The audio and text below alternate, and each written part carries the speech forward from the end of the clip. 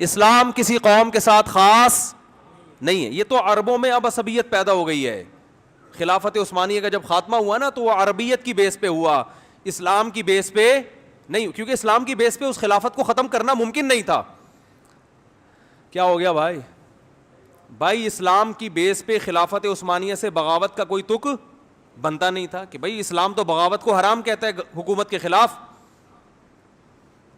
نبی صلی اللہ علیہ وسلم نے فرمایا مسلمانوں کا جب کوئی خلیفہ ہو اس کے خلاف جو بھی کھڑا ہو, صحیح مسلم کی حدیث ہے, اسے قتل کر دو کائن من کان, جو بھی ہو, کتنا نیک, چاہے عربی ہو, چاہے اجمی ہو, چاہے بہت کیسا ہی ہو, مسلمانوں کا اتحاد پارا پارا نہیں ہونا چاہیے.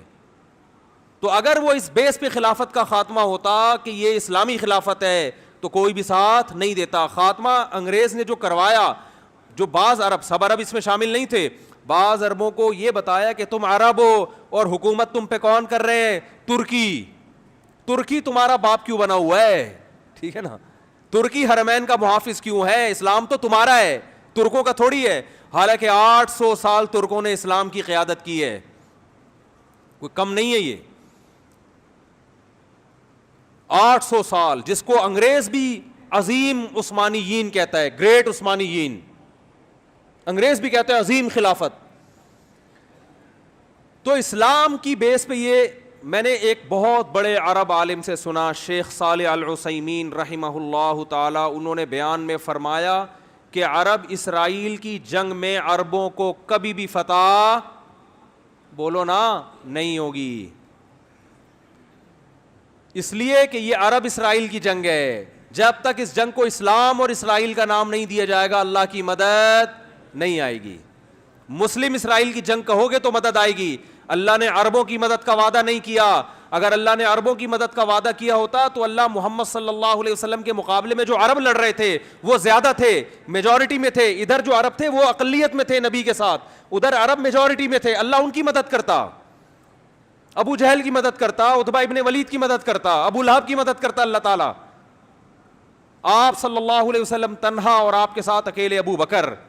تو بتاؤ, 2 عرب اس طرف, باقی سارے بولو نا اس طرف. مدد کی ان 2 کی نا.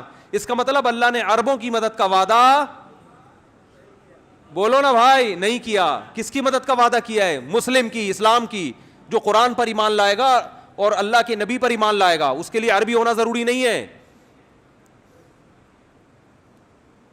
تو اسلام کی جو دعوت ہے وہ کسی قوم کے ساتھ خاص نہیں ہے. مجھے وہ حدیث بڑی پیاری لگتی ہے, حضرت سلمان فارسی رضی اللہ تعالی عنہ, جو فارس کے تھے, پرشین تھے, فارسی بولتے تھے. جب ایران پر مسلمانوں نے حملہ کیا ہے, حضرت عثمان کا دور تھا غالباً, حملہ کہاں ہو رہا ہے؟ ایران پر. اور حملہ کرنے والے بڑے بڑے صحابہ, بڑے عشرہ مبشرہ میں بھی اکثریت اس جنگ میں موجود. کمانڈ کرنے والے سلمان فارسی. نہیں آ رہی بات؟ حملہ کس پہ کر رہے ہیں؟ اپنے ملک پہ. کس پر؟ ایران پر. صحابہ نے آپ سے اجازت مانگی کہ آپ ہمیں اجازت دیں ہم اٹیک کریں. آپ نے فرمایا نہیں, میں نے رسول اللہ صلی اللہ علیہ وسلم سے یہ فرماتے ہوئے سنا ہے کہ جب تک اسلام کی دعوت نہ دے دو اس وقت تک حملہ کرنے کی اجازت نہیں ہے. تو حضرت سلمان فارسی اپنی قوم پر حملہ کس کے خلاف ہو رہا ہے؟ بولو نا یار, کیا ہو گیا بھائی, بولنے میں کوئی پابندی ہے؟ تو میں بھی تو چیخ رہا ہوں نا, تھوڑا سا آپ چیخ لیں. اپنی قوم کے خلاف لڑائی. تو لڑائی سے پہلے اپنی قوم کے پاس دعوت لے کر گئے. دعوت کا انداز دیکھیں. جب بھی اسلام کی دعوت دی جاتی ہے تو انداز یہ ہوتا ہے بھائی ہم سب تم کو ایک خدا کی طرف دعوت دیتے ہیں, آؤ اسلام پہ تحقیق کرو, یہ دین برحق ہے. یہ تھا نا؟ نا نا نا نا, یہ انداز نہیں. اس وقت جو اسلام کی سب سے بڑی خوبی تھی نا اس کو ہائی لائٹ کیا کہ اس کے بعد بھی اگر اسلام سمجھ میں نہیں آ رہا تو پھر تمہاری سمجھ میں نہیں آئے گا. وہ خوبی یہ ہے کہ یا اہل فارس, اے اہل فارس, انا رجل منکم, میں تمہاری قوم کا آدمی ہوں. تمہیں پتہ ہے کہ عربوں میں عصبیت کوٹ کوٹ کے بھری ہوئی ہے. عرب کے علاوہ کسی کو برداشت نہیں, اپنے سے جیسا کسی کو نہیں سمجھتے. مجھے عرب نے نہ صرف یہ کہ عزت دی ہے اپنے جیسا, بلکہ اپنے سے برتر مجھے کمانڈر بنا دیا. عرب کی قیادت کس کے ہاتھ میں ہے؟ کمانڈر کون ہے؟ میں ہوں.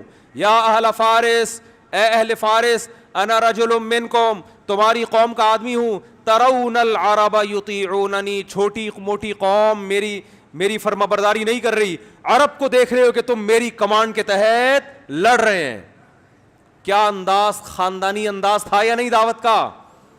آج اگر یہ چیز عربوں میں پیدا ہو جائے تو دنیا کا نقشہ بدل جائے گا. عرب کی عراق پر جب حملہ ہوا تو بعض عربوں نے نعرہ لگایا کہ کسی دوسرے عرب ملک پر ہم حملہ برداشت نہیں کریں گے. کاش وہ یہ کہہ دیتے کہ کسی دوسرے اسلامی ملک پر ہم حملہ برداشت, بولو نا, لیکن نہیں نکلتا منہ سے.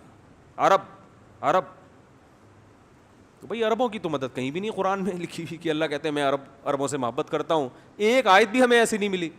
یہ جو حدیث ہے کہ عربوں سے محبت کرو اس لیے کہ قرآن عربی, حدیث من گھڑت ہے.